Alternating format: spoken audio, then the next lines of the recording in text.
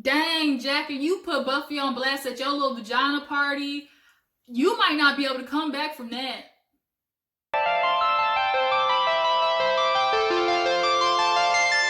I keep it juicy, I eat that lunch. Yo, what's up? Your girl Gigi's right back at it. We got another Bravo show to talk about, Married to Medicine. I mean, dang, can we really talk about what Jackie did to Buffy? Like, that shit was foul, and I don't even know if, everybody's gonna be able to look at her the same after she did that. But we're gonna get into the episode. But first, you know what you gotta do. Subscribe to my channel. Hit that button at the bottom right there so you can become a part of the fam. Okay. Subscribe to your girl channel. Hey.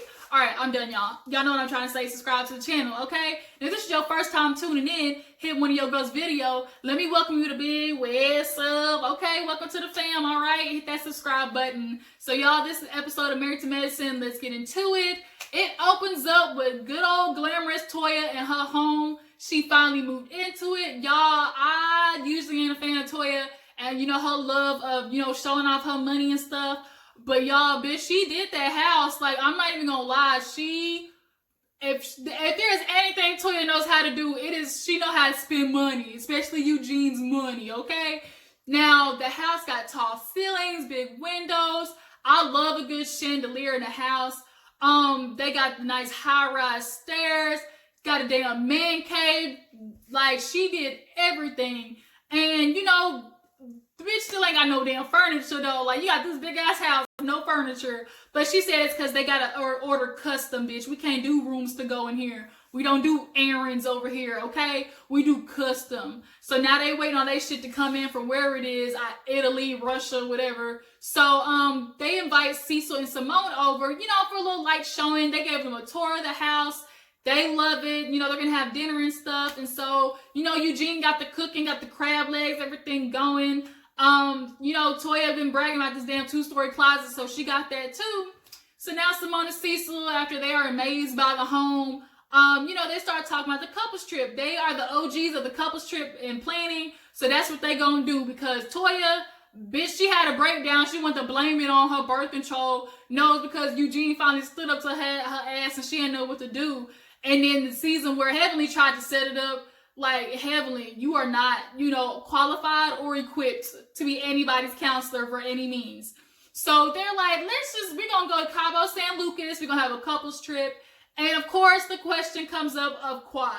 Does Quad belong on these couples trips? Y'all, I'm going to take a poll. Drop down in the comments. Tell me what you think. On the real, we know why Quad goes on these trips is because they got to use her for filming. That just is what it is. But if we want to base this on really what it is, the basis of the trip, do I think Quad needs to go? No, not necessarily. Like, this is for marital issues. Simmone tried to call it like, okay, or Cecil, like, we can learn from her what not to do. That's what we can do. And, Simmone was like, bitch, I was on the brink of leaving my husband last year. Like, were y'all gonna dog me out and leave me too? So she's kind of looking at it from more of an objective point of view. But Toya's like, why she coming with my husband? Like, we ain't sharing no beds or nothing.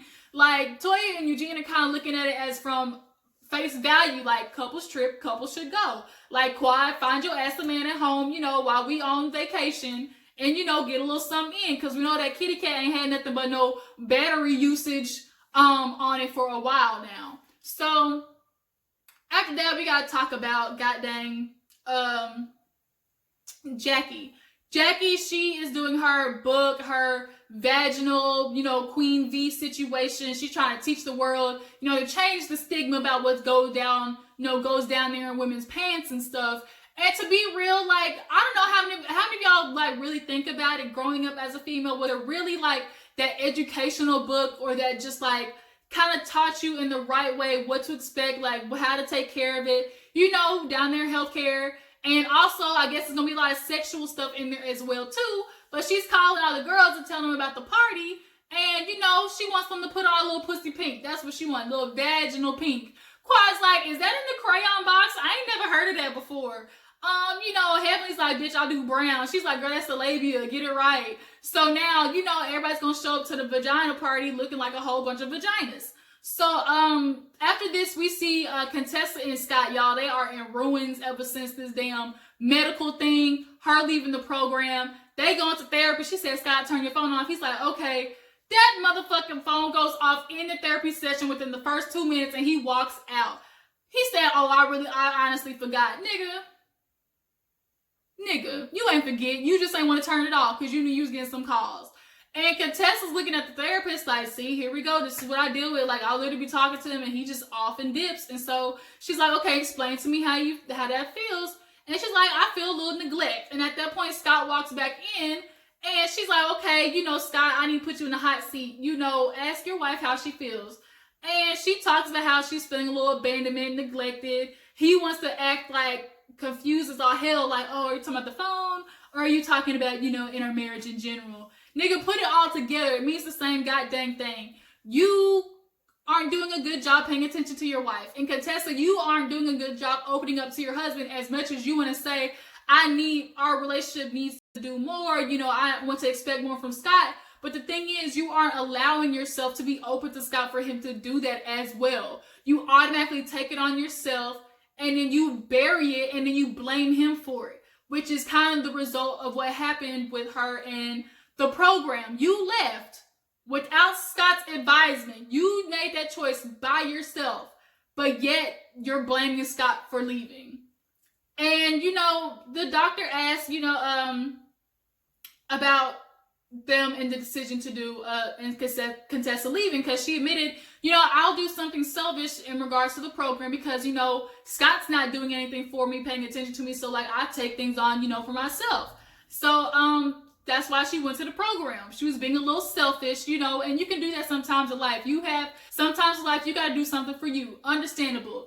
And Scott agreed to it. He's like, I supported her, but he definitely underestimated the responsibility of the kids. And most times men do, because at the end of the day, us women make it look easy. And most of the times we do it without complaint because it is what it is. It's the job and we got to do it. And that's what we sign up for when we decide to pop out these kids.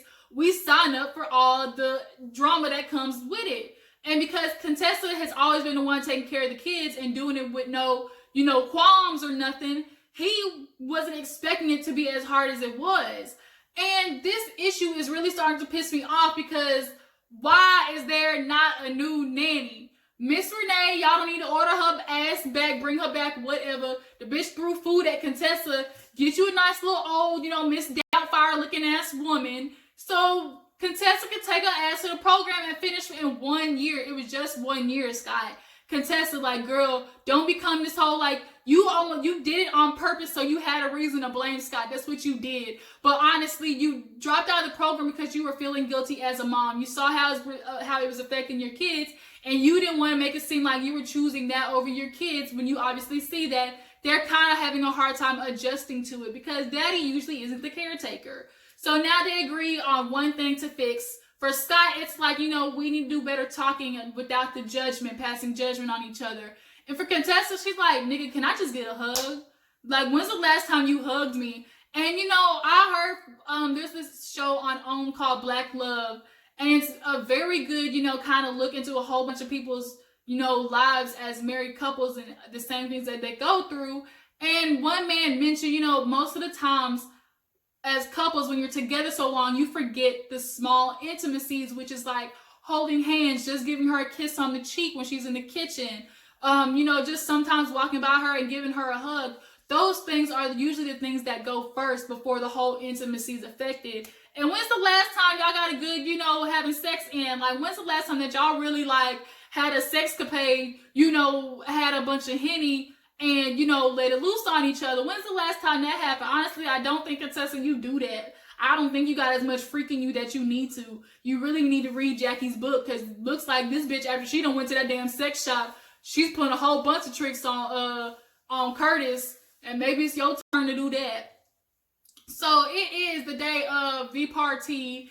Everybody's getting together. Got they pink on. Heavenly looking at her nice pink. Mariah comes in her fuchsia, so Heavenly thinks it's an infection. She got a little infection down there. And Buffy comes. She got good news about her mammogram, so that's great. No cancer or nothing. Toya, Eugene, everybody's looking good. Quad hugs Simmone, and she wants to be shady, talking about, giants don't get worried about small problems or something like that, because Obviously, Simmone walked out her speech because she's like, oh, you know, because I didn't acknowledge Simmone fast enough. Bitch, Quad, if you don't sit there and really admit what that was about, girl, you knew you were throwing hella shade. You was throwing the whole rainforest toward them hoes' way. And you want to sit there and act like that's not what you were trying to stick it to them. And then you want to be mad that they feel some type of way. And then be like, oh, because I didn't acknowledge you fast enough. You're trying to put it off on them. But you know what the fuck you were doing when you were doing all of that. You were trying to make a point to those hoes. Miss me with that. So, speaking of Quiet, Heavenly starts telling the girls how she had her failed attempts at setting Quiet up on her little dates. Girl, no. Damn, Henry didn't even know his damn credit score. And big and tall, man, you know, he just was a little too big and tall for Quiet. So Quiet at this point, she is single as a Pringle, and the other girls can't help her. Toya's like, damn, I don't think Heavenly knows anybody cute. So then we see Jackie come in. She does a beautiful speech, like a little press conference kind of setup, and she's talking about the purpose of the book and everything, and how she wants it to be informational and yet, you know, teach women, you know, how to work situations. For girls, if you don't grow up, you know, in a family that's open, like a communication with your parents, you know, with your mom and stuff, explaining, you know, the health of your vagina, what to do with it and stuff. You just kind of learn on your own through life experience. I wasn't super close with my mom, and we weren't really open like that. Like, I don't have that type of close relationship with her, you know, back then.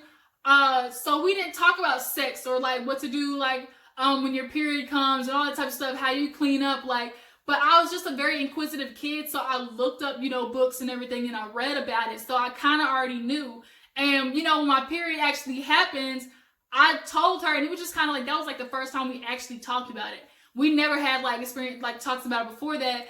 Regards to sex, all I got was, bitch, don't be out there fast. Like, that's all, you know, especially in the Black community. It's just like, you better not be out there being fast and, you know, hot-tailed and stuff. That's all it is. It's not like sex education. In regards to actual pussy health, you know, you learn not to, you know, as a kid, you know, wipe front to back as a girl, and, you know, certain soaps you can't use down there. Now, I'm a big, you know, Dove person, so I rock with that all day. But nonetheless, I think Jackie's book is a good purpose, you know, sharing. She wants to share stories with women and bond, because, you know, make people feel not alone. You know, Toya had the miscarriage and she felt alone, and after letting people know, like, she realized, you know, other women going through it as well. And Jackie reveals her book cover, very pretty, Queen V, talking about the vagina. And so then she does this emotional speech about how, you know, the one thing in the world, you know, she got cancer, and one thing she expected, as most women, you know, is to have kids. She couldn't do it. And she's like, you know about that, Buffy, you're infertile.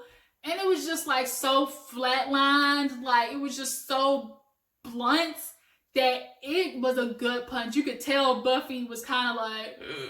And like the other girls was like, damn, Jackie, where did that come from? Now, I want to say Jackie was doing it to just kind of give there a bonding moment, but it wasn't sentimental the way she said it. It was just like, you can't have kids.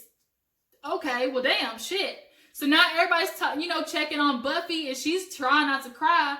And, you know, we kind of get into her story. Her and her husband talk about how they try to do IVF and, you know, artificial whatever, stuff like that. And I'm wondering why she's not considering maybe adoption. I know most parents want their own bloodline. And she talked about having, you know, good ovulation and shit. So is your nigga sterile and he's not telling you?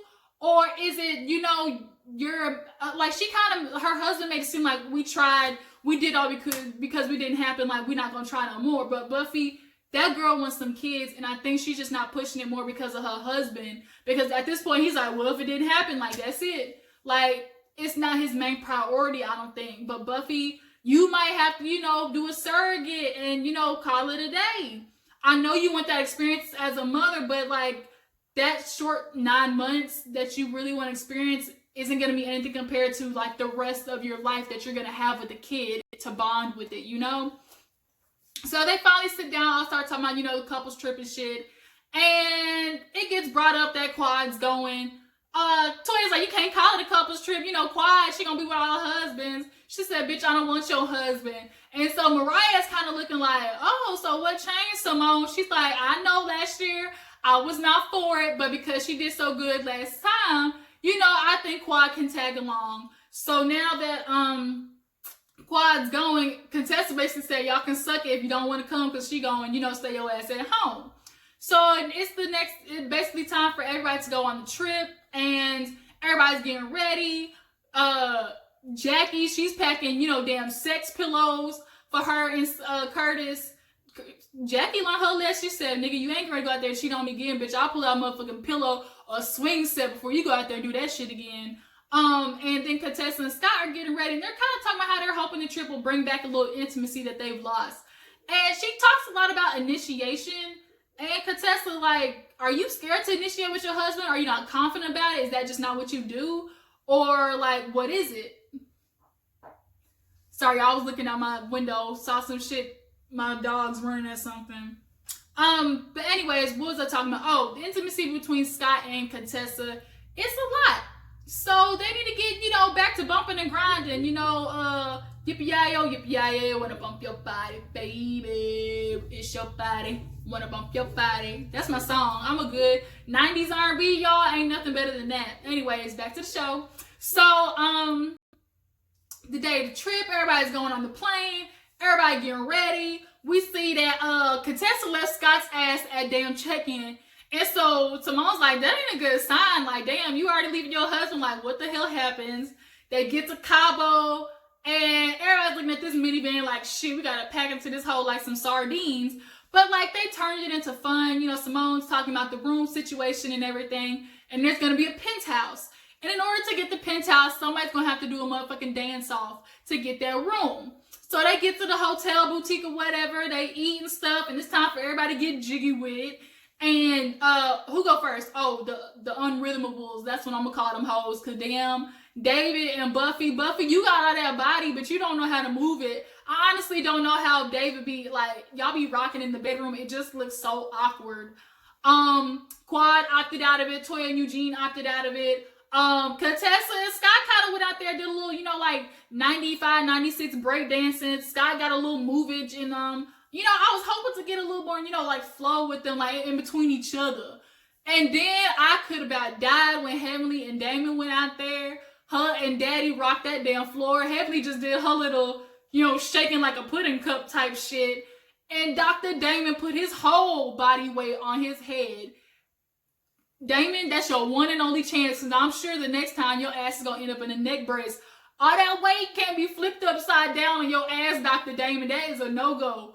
But they ended up winning the competition and getting the bedroom. You know, they did that. You know, Dr. Damon, you got a little more, you know, spunk in you than a lot of us people see. And that's where the episode ends. But we see a preview of the next, you know, episodes to come up. And shit is about to get real between Buffy, Jackie, and Heavenly. So y'all drop down in the comments. Tell me what you think about this episode. How do you feel about Jackie putting Buffy on blast?